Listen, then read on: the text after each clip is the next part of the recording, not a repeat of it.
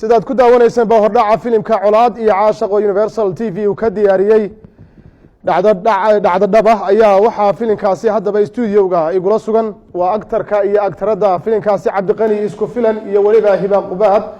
oo xilligan aad idila hadlano isgula sugan studio-ga Universal ugu horreyn baa ku soo dhawaada Universal TV waxaana nooga warbixisaa bal filimkaas iyo waxyaabaha idinku dhaliyay aad baad u mahadsan tahay Cabdirashiid Cabdiwahaab aad baan ugu faraxsanahay maadaama oo aan caawa si live ah aan kula daadihinayno barnaamijka aniga iyo Hiba Qubaad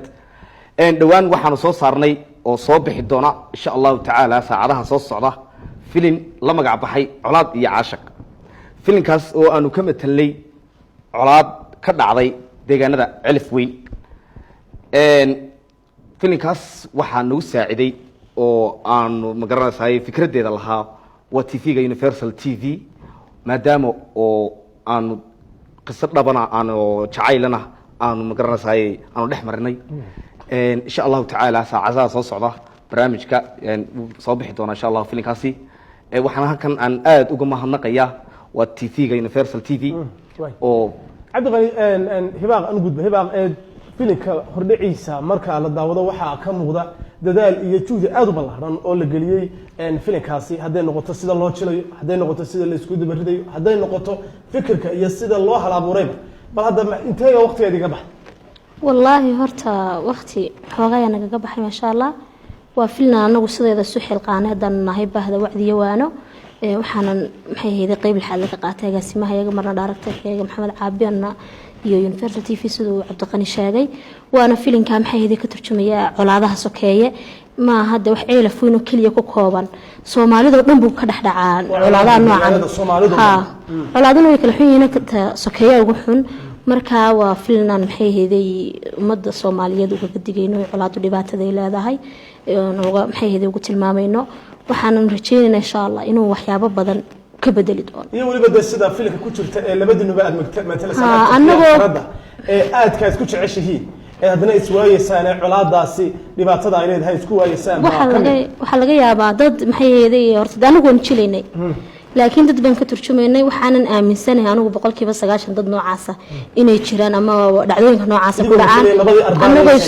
labadii reer matalaynay labada reer dad maxay heeday waxa jira xiriir ka dhaxeeyaan oo dhibaatooyinkaas oo kale xiriiradooda galaaftaan marka waxaan leenahay dhibaatadaas ay leedahay colaadu hal la joojiyo insha Allah imka iyo waliba aan ku darsada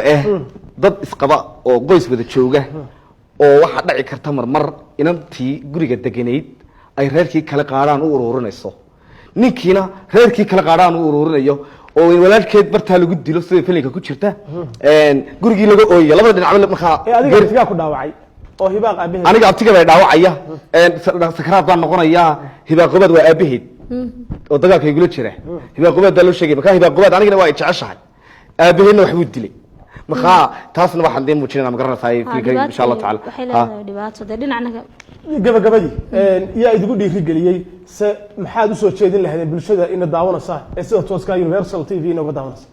Cabdirashiidow waxaan ugu dhiirigeliyay filimkan waa Hibaaq sheegtay director-kayga agaasimahayaga saaxiibkayo Maxamed Caabdi Digaale oo aan 100 jeer halkan ugu mahad celinayo aan leeyahay ka sii wad halka filimka qayb labaad insha Allah taala hadii aan dhiirigelin helo oo aan helo dhaqaale nagu filan oo helo waxaan soo wadnaa qaybtii labaad oo nabadii la isla qaatay oo ugu magac darnay arooska nabadda anoo aroos noo dhigayo oo nabad oo meesha tahay la saddex gal ayaan insha Allah taala inta colaadii laga baxay